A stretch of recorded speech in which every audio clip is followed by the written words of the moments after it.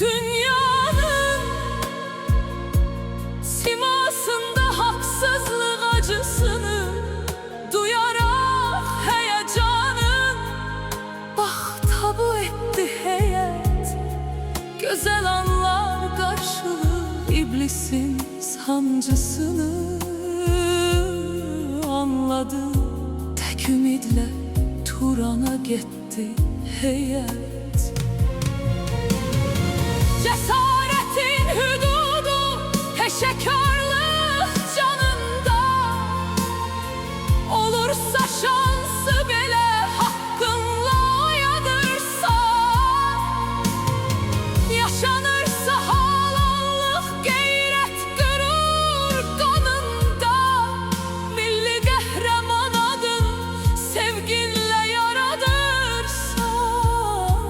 ilişkiler sonsuzdur sehra çiçeği kimi. Dayanıklık yok ama kardelen tek canında.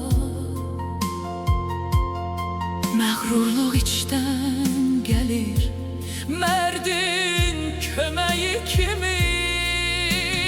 Açılan kucağı var darda sansa anında, karşındaki her ana qərar senden düşünsen.